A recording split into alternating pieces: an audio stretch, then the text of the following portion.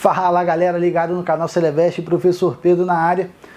Depois da vinheta vamos começar em um assunto que eu gosto bastante, ó. Estudo dos vírus. Roda!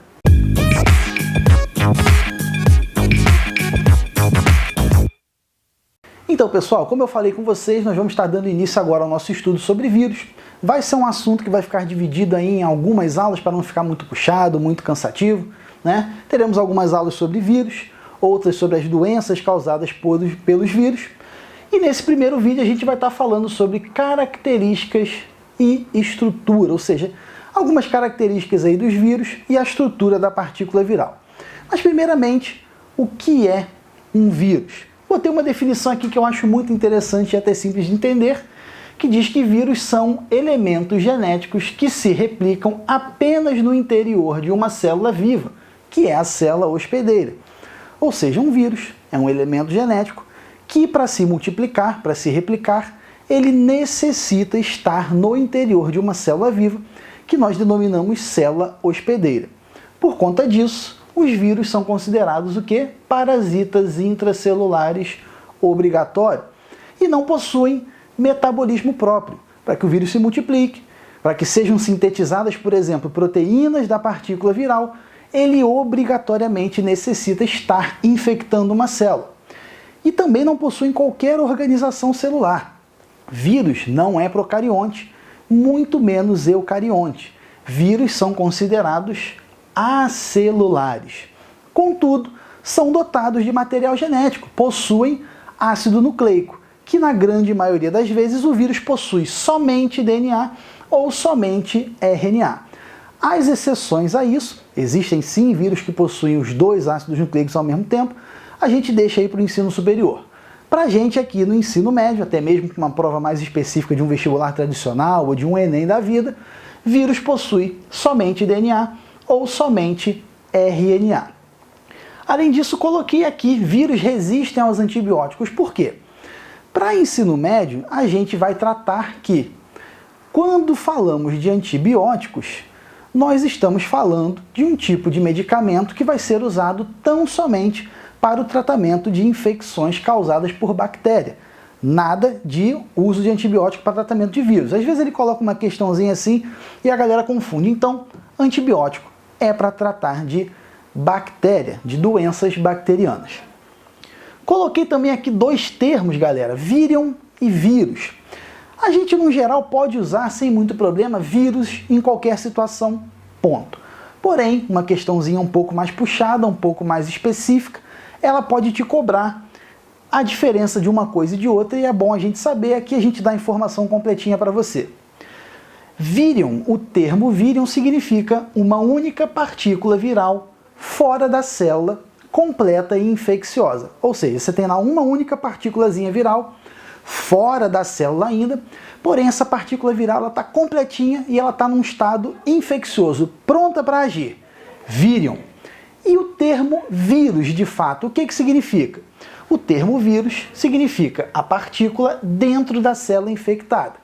Então, adentrou a célula hospedeira, infectou, está lá dentro, é vírus. Mas como falei, a gente em geral pode usar vírus independente de qualquer situação, mas é bom ficar ligado. E tem também, né, galera, aquela velha discussão. Vírus é ser vivo? Sim ou não? A menos que ele te dê um texto de apoio te direcionando para o sim ou para o não, ele não vai te perguntar se vírus é ser vivo ou não é, para você lá cravar a resposta. O que ele vai te pedir são argumentos que joguem a favor do vírus ser vivo e argumentos que joguem contra o vírus ser um ser vivo. Então vamos lá. Argumentos a favor do vírus ser um ser vivo. Mal ou bem, quando ele está dentro da célula, ele se multiplica. Uma coisa. Ah, não quero usar esse, professor. Show de bola. Tem outros até melhores. Possui material genético. É um argumento. Outro, não coloquei aqui, mas você vai completando aí nas suas anotações. Um argumento que joga a favor do vírus ser vivo é o fato de que os vírus, eles sofrem mutações e eles evoluem. Então, como eles sofrem mutações e evoluem, nós podemos argumentar com isso a favor do vírus sendo um ser vivo. E E o que é que joga contra? Não tem metabolismo próprio, ele é acelular, ou seja, ele vai contra o que diz a teoria celular. E a teoria celular, ela diz que para ser vivo tem que ter pelo menos uma célula. E o vírus é acelular. Então, estão aí alguns argumentos que a gente poderia usar para dizer que o vírus é ou para dizer que o vírus não é ser vivo. E uma outra coisinha interessante é sobre o cultivo de vírus em laboratório. Quando a gente pensa numa bactéria, num protozoário ou num fungo, né, a gente pega aí esses seres, bota num meio de cultura próprio, numa temperatura, num pH adequado, e ele vai multiplicar. Show de bola. Agora, o vírus é diferente, é mais chato de você cultivar vírus em laboratório. Por quê? Vírus é parasita intracelular obrigatório. Então, além de você cultivar a partícula viral, você tem que ter, para que você possa fazer esse cultivo, uma célula hospedeira que esse vírus seja capaz de infectar. Então, o cultivo de vírus em laboratório aí, ele é mais complicado. Tudo bem? Passando aqui para o outro lado do quadro, agora a gente vai falar um pouquinho sobre a estrutura da partícula viral. Primeira informação, qual é a composição básica de uma partícula viral? Proteínas e ácido nucleico. Então nós temos aqui, primeiramente, essa partícula aqui, um vírus não envelopado, onde nós temos aí o capsídeo, que é proteico, composto por proteínas, e cada bolinha dessa é uma unidade proteica que nós chamamos de capsômero, e aqui dentro, numa região chamada cerne ou core, nós temos o material genético, nós temos o ácido nucleico do vírus. Então aqui, proteína, ácido nucleico. Fechou. Vírus não envelopado. E o conjunto proteína mais ácido nucleico, ou seja, capsídeo mais ácido nucleico, nós chamamos de nucleocapsídeo. Porém, alguns vírus, inclusive vários vírus que são de importância para a saúde humana, são vírus que nós chamamos de envelopados. E o que é um vírus envelopado? É um vírus que, além da composição básica, ou seja, capsídeo proteico e ácido nucleico, ele possui externamente ao capsídeo proteico um envelope. E esse envelope, ele é lipoproteico.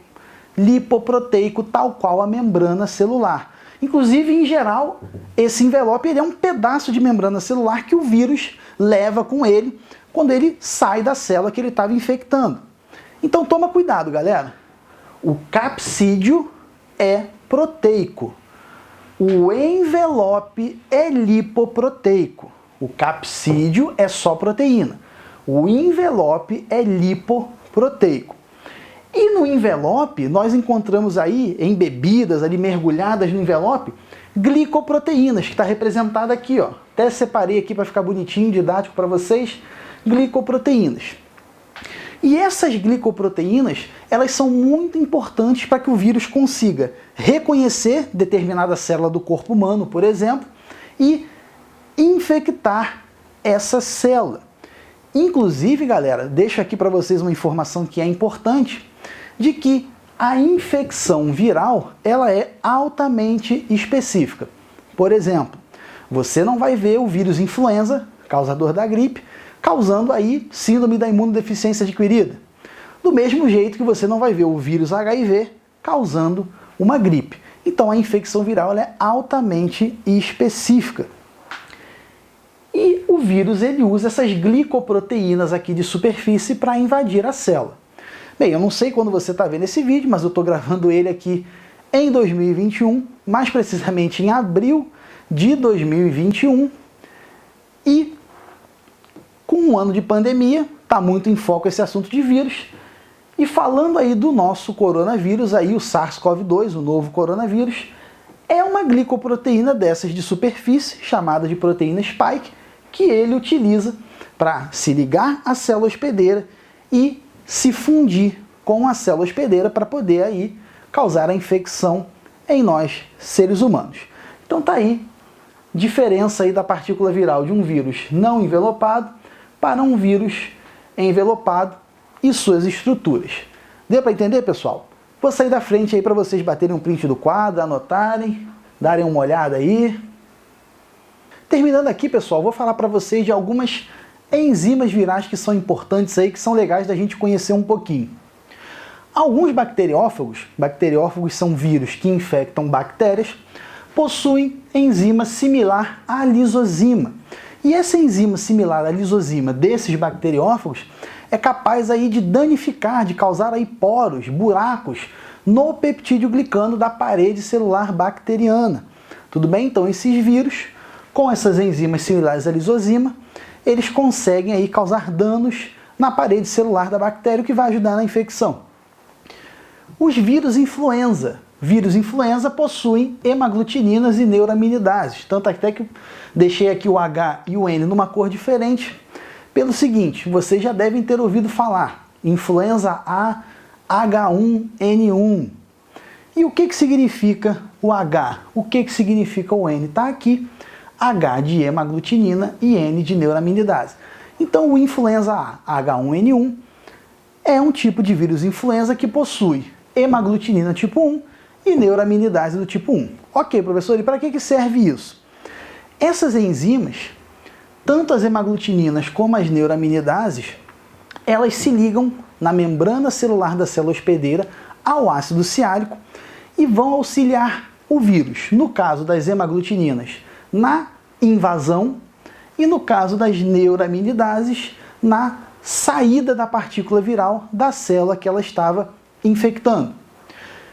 Vírus de RNA possuem replicases, que são importantes aí para a multiplicação desse material genético viral no interior da célula hospedeira, e os famosos retrovírus, tal qual o vírus HIV, o vírus da AIDS, possuem a transcriptase reversa. No processo normal de transcrição, nós, a partir do DNA, formamos o RNA. Os retrovírus, com o auxílio da enzima transcriptase reversa, fazem a transcrição reversa, ou seja, a partir de RNA, eles obtêm uma molécula de RNA. Beleza? E era isso, pessoal. Não me esqueci de nada.